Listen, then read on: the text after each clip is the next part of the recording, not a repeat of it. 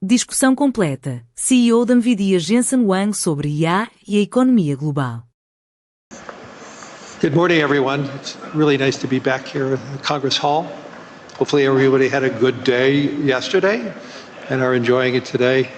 It is my real pleasure to introduce Jensen Huang, who is somebody I admire, somebody I've watched, and somebody who has been a teacher to me on the journey of learning about technology and AI.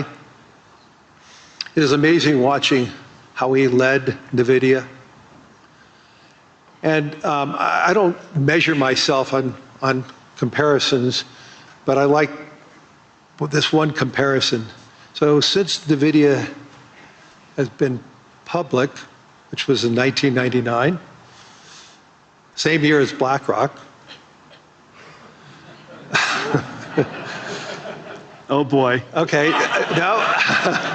Nvidia's total return for its shareholders has been a compounded 37%.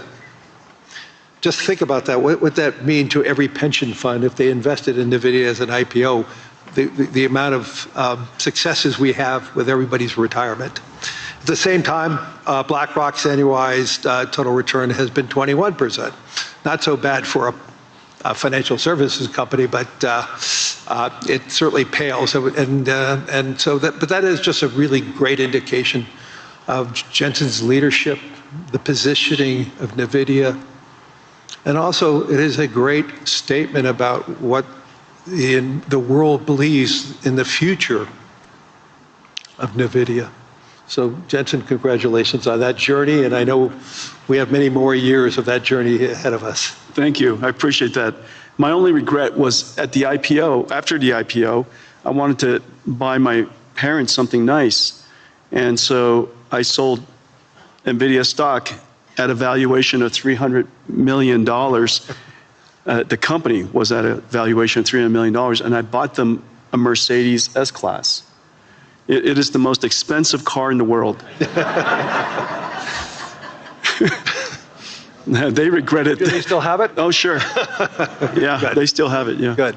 Let me go into the subject matter now, but I just want to say, the debate on AI is about how it's going to change the world and the global economy. Today, I want to talk about how AI can add to the world economy and how AI can increasingly become a foundational technology that everyone in this room can be utilizing, enhancing our lives, enhancing the lives of everyone in the world.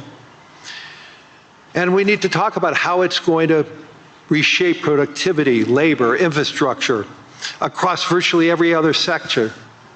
But importantly, how it's going to reshape the world, and how can more segments of the world benefit from AI?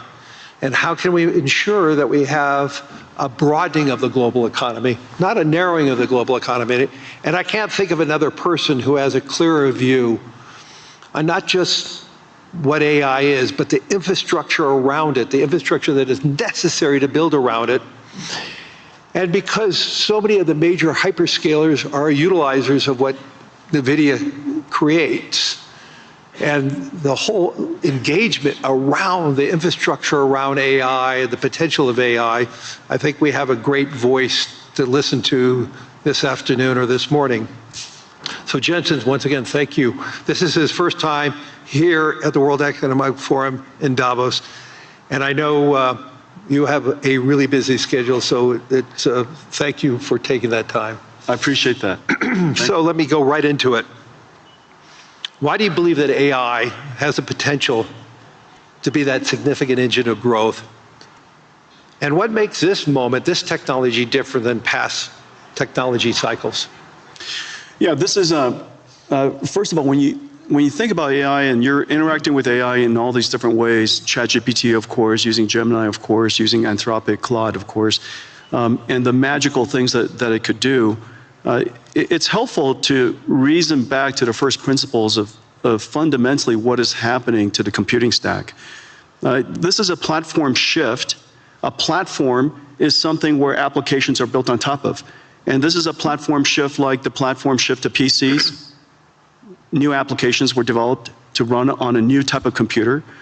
Platform shift to the internet, a new type of computing platform, hosted all kinds of new applications. A platform shift to mobile cloud. In each and every one of these platform shifts, the computing stack was reinvented and new applications were created. This is a new platform shift in the sense that today you're using ChatGPT. It's important to understand that itself is an application, but very importantly, new applications will be built on top of ChatGPT. New applications will be built on top of Anthropic Claude, for example. And so it's a platform shift in that way. AI is really easy to understand if you realize what it can do that you could never do before. Software in the past was effectively pre-recorded. Humans would type and describe the algorithm or the recipe for the computer to execute. It was able to process structured information, meaning you've got to put the name, the address, their account number, their age, where they live. You create these structured tables that software would then go and retrieve information from. We call it SQL queries. SQL is the single most important database engine the world's ever known. Almost everything ran on SQL before now.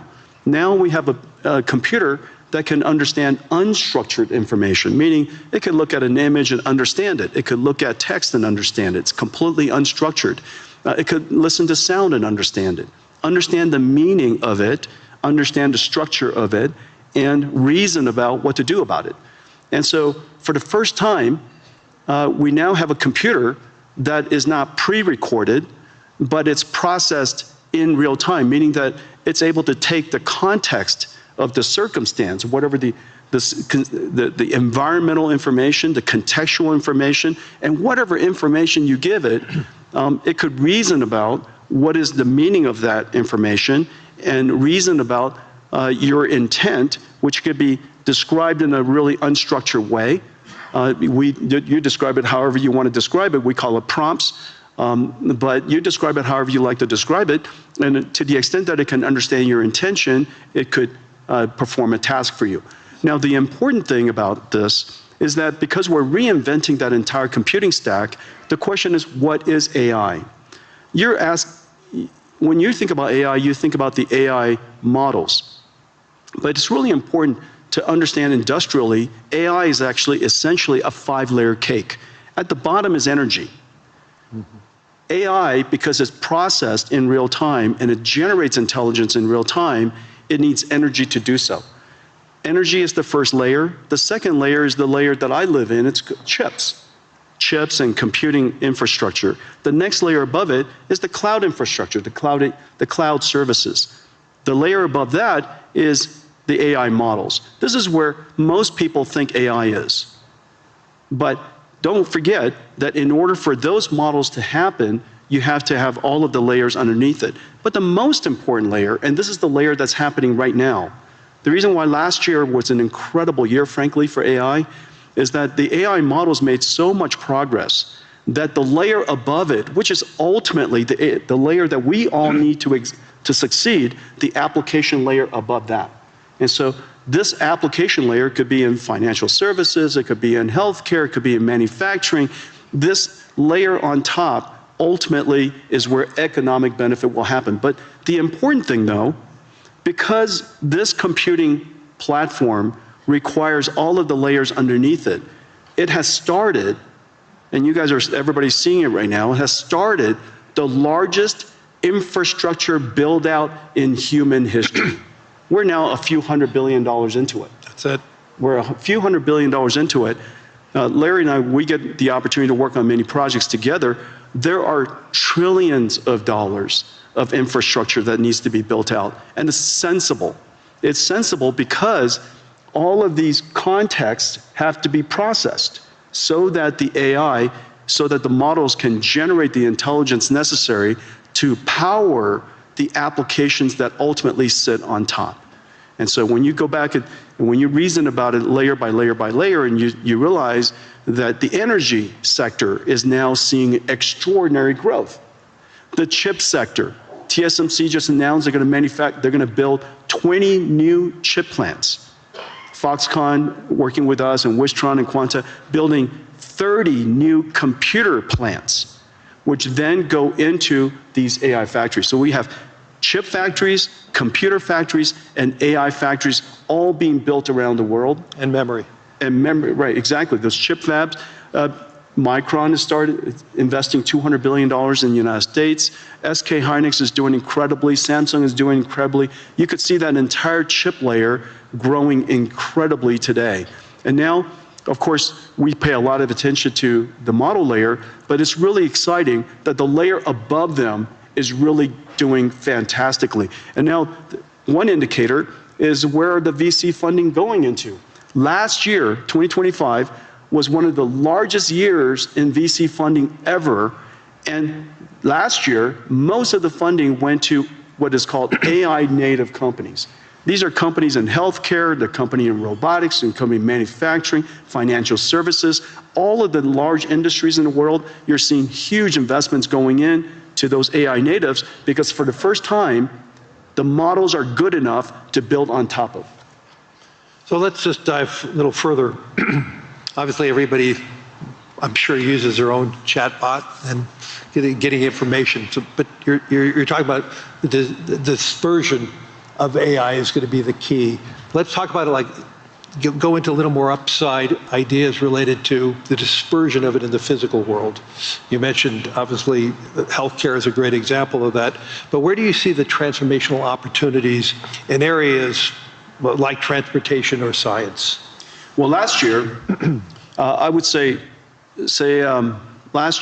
three major things happened in AI, in the AI technology layer, the model layer. The first one is that the models themselves started out being curious and interesting, but they hallucinated a great deal. And last year, we can all reasonably accept that these models are better grounded. They could do research. They can reason about circumstances that maybe they weren't trained on, break it down into step-by-step reasoning steps, and come up with a plan to answer your question, do your research, or perform the task. So last year we saw the evolution of language models becoming AI systems that we call agentic systems, agentic AI. The second major breakthrough is the breakthrough of open models. Several years ago, was it a year ago? DeepSeek came out. Last year. And DeepSeek was, a lot of people were quite concerned about it. Frankly, DeepSeek was a huge event for most of the industries, most of the companies around the world, because it's the world's first open reasoning model.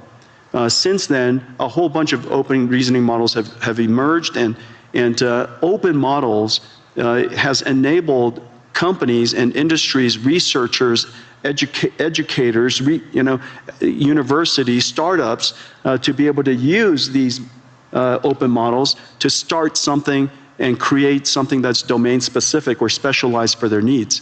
The third area that had enormous progress last year was the concept of physical intelligence, of physical AI.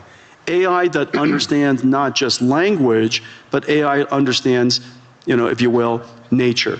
And it could be AI that understands the physical world here, AIs that understand proteins, chemicals, natural physics, for example, fluid dynamics, particle physics, quantum physics, AIs that are now learning all these different structures and different languages, if you will. Proteins is essentially a language.